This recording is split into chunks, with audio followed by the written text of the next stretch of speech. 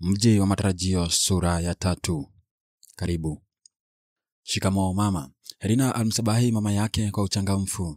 Marhaba mwanangu. Karibu mezani, alisema Bi Makali. Herina alisongea kwenye meza. Alivitazama vyakula vilivyokuwa vimeandaliwa mezani. Laiti hamu yake ya chakula ingekuwa imerejea. Mama yake alikuwa ametayarisha muhogo wa kuchemsha na viazi vikuu. Palikuwa pia na matunda. Japo Bi Makali alijua kwamba Herina alipenda vyakula vya kiasili, hakuwa na uhakika kama angekula muhogo.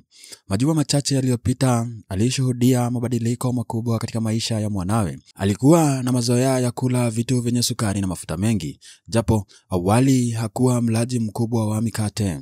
Tangu maisha yake yaanze kumwendea upogo, alizoea kula mkate uliopakwa siagi. Wakati mwingine angekula vimada kwa siku 2 mfululizo, ingawa hapo awali hakuwa na mazoea hayo. Wakati mwingine angebeba staftahi yake kuilia chumbani kwake na baadaye kuirejesha jikoni bila hata ya kuigusa. Leo mama mtu aliona kuwa na nafuu. Mwenyewe Herina alikuwa akijileta sebuleni. Alipomtazama mwanawe aliona matumaini machoni mwake. Alijua kuwa safari ya mwanawe ya kupona ilikuwa imeng'oa nanga, japo kulikuwa na dalili za kuvunjikiwa nyuma ya macho yake jasiri. Alikuwa na hakika kwamba mwanawe alikuwa ameamua kudhibiti mkondo wa maisha yake. Walikula kimya kimya. Ilikuwa siku ya Herina kujitayarisha kwenda shuleni. Hili liliwapa furaha, ingawa hakuna aliyemwambia mwenzake. Bi Malikia alikuwa na hamu ya kumzungumza na mwanawe, kumwambia kwamba elimu yake salama, kwamba hangemruhusu yeyote kuitilia vizingiti. Hata hivyo, aliamua kufyata ulimi wake. Alihofia kwamba mwanawe angejizika tena katika hali ya jitimai. Alijisemea moyoni kwamba wangezungumza zaidi wakielekea madukani. Herina alinuka na kuviondoa vyombo kutoka mezani. Alipagusa meza kisha akaelekea jikoni kuosha vyombo. Saa 3 asubuhi, Herina alikifungua kiredio cha rununu yake kusikiliza taarifa ya habari ikiwa hapo sebuleni. Mama yake aliona hii pia kuwa ajabu. Hapo Herina alisikia wazazi wakihimizwa wapeleke watoto wao shuleni. Kiredio kilisema kwamba mzazi yeyote ambaye atapatikana akimzuia mtoto wake kujiunga na shule atatiwa mbaroni na kuchukuliwa hatua kali za kisheria. Herina alipoisikia kauli hii ya mwisho, alikizima kiredio ghafla na kuinuka kuelekea chumbani mwake. Mama yake alijua kwamba kauli hiyo ilikuwa imemtonesha kidonda mwanawe. Humo chumbani, Herina alijitupa kitandani na kuachilia gharika ya machozi kumpukutika. Alijililia yeye mwenyewe. Alilia kwa kukosa kujiunga na wenzake siku ya kwanza ya shule ya upili. Alikuwa katika hali hii aliposikia mtu akipiga hodi kwao, japo hakujua ni nani. Damu ilimganda mishipani na kijasho chembamba kikaanza kumtiririka kwenye uti wa mgongo. Hodi huku, hodi, wenyewe mpo? Bi Makali alisikia sauti hiyo kwa umbali kutoka kwenye kochi ambako alikuwa ameketi akimngojea mwanawe. Ni sauti ambayo alijua fika. Ni sauti ambayo alichelea sana kuisikia. Bi Makali alinyamaza ji. Alionekana kama mtu aliyeushauri moyo wake kuitikia wito. Hakujua ayayuke aende mlangoni kufungua au aelekee chumbani mwa mwanawe kumkinga. Hatimaye busara ilimtua kwenda mlangoni kumfungulia aliyekuwepo. Akilini aliwaza kwamba mtu hakatai mwito, hukataa aitiwalo, na mjumbe mara zote hauawi kwani hana hatia. Bi Makali alifungua mlango na kubaki ndani huku amejishikilia kwenye fremu. Amini usiamini, aliyebisha alikuwa ni Dina. Yeye na Dina walitazamana kama ndio wanakutana kwa mara ya kwanza. Nafasi iliyokuwa baina yao ilikuwa ni ndogo mno, lakini walionekana wamebaidika kama bingu na ardhi. Dina alimkazia macho Bi Makali kana kwamba alitaka kujua ni kwa nini hampishi ndani. Kwa hakika karibu amwambie simile.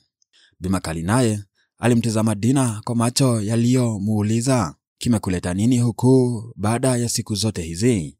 Kwa nini unakuja kunivurugia mipango? Baada ya dakika kadhaa, Bi Makali alisema kwa sauti ya chini, karibu wifi, karibu shangazi ya Herina. Tulikuwa tumevunjika moyo. Shangazi Dina alimtazama Bi Makali huku amejawa na woga. Alihofia kwamba huenda mama huyu alikuwa amegairi nia. Baada ya muda alijitia huzuni ya mamba na kumjibu wifi yake huku akiangalia chini. Pole sana wifi yangu, sikukusudia kuatia wasiwasi. Nilikumbwa na matatizo fulani nilipoondoka hapa. Dina alisema haraka asije akagunduliwa kuwa anamdanganya wifi yake. Bi Herina aliachilia kilio kikubwa ambacho kilimtanabahisha Herina kuwa siku ilikuwa imefika. Dina alijaribu kumpoza Bi Makali. Alisema kwamba hata yeye alishangazwa na uamuzi wa mzee Makali. Baada ya kipindi kirefu, mamake Herina aliacha kulia. Alijipanguza machozi kwa kitambaa alichokitoa mfukoni mwa rinda lake. Alimuuliza shangazi Dina kama aliyomwambia kuhusu mumewe yalikuwa ni ya kweli. Dina alimwambia kwamba hakukuwa na hata chembe moja ya uongo katika yale ambayo alikuwa amemwambia. Dina alisema kwamba hakutaka kuja kumchukua Herina kabla wenzake hawajajiunga na shule ya upili, isije akawafanya watu waanze kuwashuku. Ilikuwa afadhali kumchukua Herina siku ya pili ya kujiunga na shule. Majirani watadhani kwamba mzee Makali alikuwa amechelewa kutuma pesa. Dina alijaribu juu chini kumwaminisha Bi Makali kwamba tendo lake lilikuwa kwa faida ya familia yao. Hakuwa na nia ya kudhuru Herina. Alimkumbusha Bi Makali kwamba hata yeye alikuwa na mabinti wawili na asingependa mtu yeyote awaumize. Alimwambia Bi Makali amtayarishie Herina ili waondoke kabla ya jua la utosi. Kile ambacho Dina hakujua ni kwamba Bi Makali hakuwa na haja ya kumtayarisha Herina. Herina alikuwa tayari amejiandaa kwa safari. Alikuwa ameamua kwamba kamwe hatapiga uamuzi huu. Alizipiga nguo zake pasi, akazikunja vyema na kuzipanga kwenye kijisanduku chake. Hakikuwa kikubwa kama vile vya wenzake, lakini kilikuwa na vigurudumu kisandukuni. Humo ndani alimotia barua iliyomwalika katika shule ya upili ya Kileleni. Hakutaka kuitia kwenye mkoba wake aliyokuwa akitumia shuleni. Aliogopa kwamba ingeweza kupotea. Humo kisandukuni pia alibeba vitabu. Baadhi ya vitabu vilikuwa vya hadithi. Hakujua atapata wapi muda wa kuvisoma, lakini alivibeba tu huku akijiambia kwamba siku ina saa 24. Hangekosa anga dakika chache za kupitia aya moja au mbili. Katika mkoba wake wa shule alibeba kitabu kimoja alichokuwa amekinunua kwenye duka la vitabu juzi.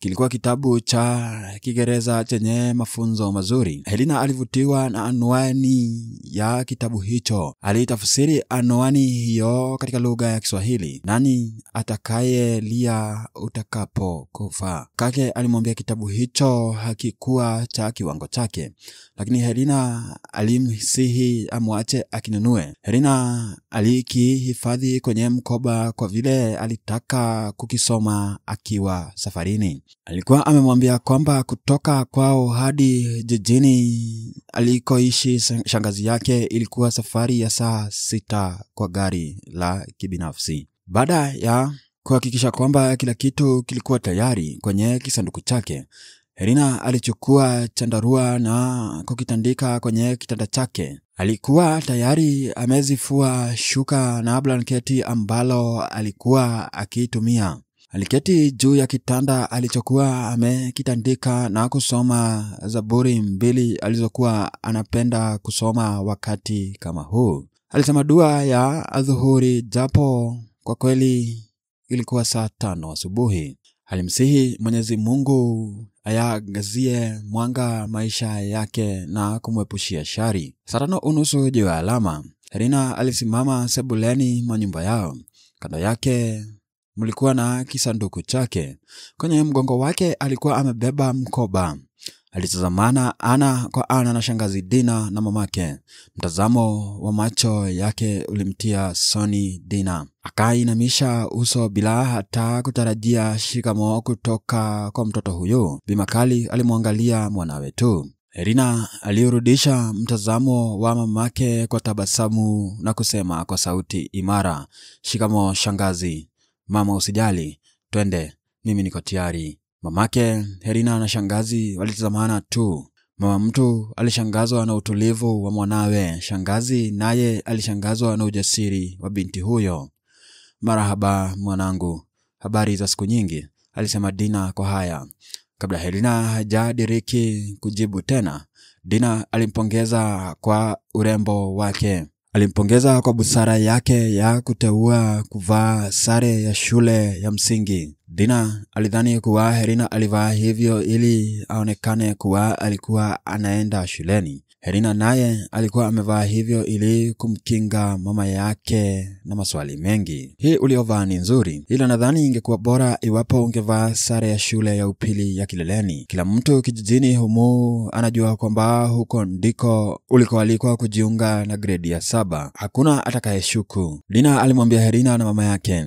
Helena alitikisa kichwa, ishara ya kutokubaliana na maneno ya shangazi yake. Alishangazwa na ukavu wa uso wa shangazi yake. Alishangaa kulikuwa na faida gani ya kuvaa sare ambayo hakuwa na hakika kwamba angewahi kuivaa tena maishani. Hata angetaka kuivaa, wangeitoa wapi sare yenyewe? Maskini yeye na mama yake. Kama ambaye alikuwa ameyasoma mawazo ya Helena, shangazi Dina aliufungua mfuko wake mkubwa na kutoa kifurushi fulani. Alimkabidhi mama yake Helena kifurushi hicho. Bi Makali alikitazama na kuyapitisha macho yake kutoka kwenye kifurushi chake hadi kwa Dina na kutoka kwa Dina hadi kwa mwanawe. Yalipofika kwa Helena, yalitua hapo kana kwamba yalikuwa yanamuomba idhini ya kukifungua kifurushi hicho. Helena alirudisha mtazamo wa macho ya mama yake, na hapo Bi Makali alijua alichomaanisha mwanawe. Kali alikifungua kile kifurushi. Ndani mlikuwa na sare kama ya shule ya upili ya Kileleni: sketi ya samawati na blausi nyeupe, fulana ya samawati, koti la rangi ya bluu iliyokolea na tepe za majano kwenye mikono na kwenye ukosi, soksi za kijevu zenye tepe za bluu katika sehemu za juu na tai ya bluu yenye milia nyeupe. Mlikuwa pia na viatu vyeusi, rangi ya viatu na brashi. Amini usiamini, kulikuwa pia na nguo za ndani. Bi Makali alimpa mwanawe vyote ambavyo vilikuwa kwenye kifurushi hicho. Dina alingoja kusikia kauli ya kukata kutoka kwa Helena, lakini Helena alikichukua kifurushi na kuelekea chumbani mwake. Alivaa sare hiyo. Alijitazama kwenye kioo kilichokuwa ukutani. Alikuwa amependeza mno. Laiti baba angekuwepo, Helena alisema kwa sauti ya juu. Kuvaa sare ya shule ya upili ya Kileleni kulimpa Helena nguvu mpya na ukakamavu mwingi. Alirudi sebuleni na kuwapata mama na shangazi yake pale pale alipowacha. Walinyamaza kana kwamba wanangoja hukumu fulani. Helena alisimama hapo huku akigoja kauli ya wazee hawa. Wawili hao walitazamana kana kwamba mmoja anamngojea mwenzake azungumze kwanza. Hatimaye Bi Makali alisema, "Hiyo sare imekuchukua kweli kweli, mwanangu. Laiti ningalikuwa ninakupeleka huko."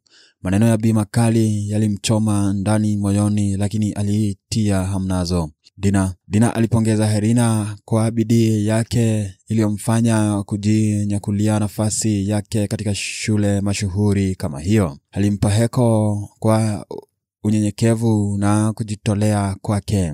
Alimshukuru kwa kuyasitisha masomo yake kwa muda ili kuwapa wazazi wake muda wa kutafuta namna ya kumsaidia.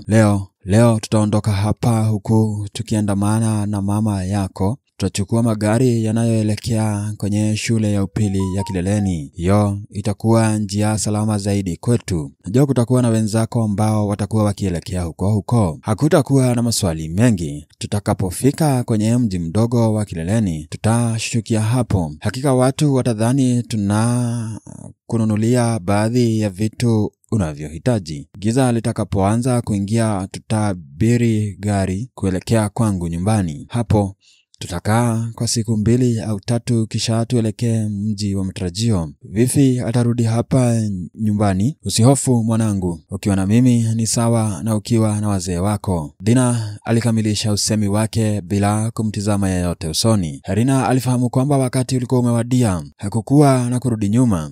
Alienda chumbani mwake. Alichunguza kama kulikuwa na kitu muhimu ambacho alikuwa amesahau. Aliangalia kwenye kishubaka chake kidogo. Hapo alipata cheti chake cha kuzaliwa na ripoti ya shule iliyoonyesha kwamba alikuwa amekamilisha masomo ya shule ya msingi. Wakiwa shuleni waliita school year report. Ripoti hiyo pia ilikuwa na habari muhimu kumhusu. Ilionyesha stadi alizokuwa nazo. Alihifadhi stakabadhi hiyo kwenye kisanduku chake. Alirudi sebuleni na kuwapata mama na shangazi yake pale pale. Aliwaambia kwa sauti hafifu, "Niko tayari." Kisha akauelekeza uso wake mlangoni. Alipiga hatua mbili kisha akasimama ghafla katikati ya sebule. Alimtizama mama yake kisha akautizama msalaba mdogo uliotandikwa ukutani mwa sebule hiyo. Alitazama picha ya baba yake iliyokuwa karibu na msalaba huo. Alitazama picha ya familia yao iliyokuwa karibu na hiyo ya baba yao. Hatimaye alimtazama mama yake kisha shangazi yake. Alishusha pumzi ndefu na kutabasamu. Sasa Herini alielekea mlangoni bila kutazama nyuma. Alikuwa amekishika kijisanduku chake mkononi. Mgongoni alikuwa ameubeba mkoba wake. Alikishika kitasa cha mlango na kufungua. Alitoka nje na kuwagojea mama na shangazi yake wamfuate huko. Hakuona haja ya kuombea safari hii. Ingekuwa yeye na mama yake angemkumbusha waombe, ila hakuona haja ya kumshurutisha shangazi kuomba. Bi Makali na Dina walitoka nyumbani. Helena alikichukua kicha cha funguo za nyumba yao kutoka mikononi mwa mama yake. Aliufunga mlango na kumkabidhi mama yake funguo hizo. Aligeuka na kuwaongoza wawili hao kama mchungaji anayewaongoza kondoo malishoni. Saa 7:30 adhuhuri iliwapata Helena, mama yake na shangazi Dina ndani ya basi lilokuwa likielekea kwenye shule ya upili ya Kileleni. Kama alivyotabiri shangazi yake, Helena aliwapata wanafunzi kadhaa katika gari hilo. Waliamkuana kwa bashasha na kujuzana majina yao. Waliahidiana kuzungumza zaidi wakifika shuleni. Safari ya Helena ilitia nanga katika mji mdogo wa Kileleni kama alivyokuwa amesema shangazi. Tingo aliwasimamishia gari huku akishangaa kwa nini wanashuka kabla ya kufika shuleni. Hata Helena alipokuwa akishuka, alimuona mwanamke mmoja mrembo akimtizama. Haikosi alikuwa mwalimu katika shule ya upili ya Kileleni. Helena alimpungia mkono mama huyo, ishara ya kwamba angewafuata baadaye baada ya muda mfupi. Mwisho wa sura ya 3. Tukutane kwenye video hiyo nyingine kwa sura ya 4.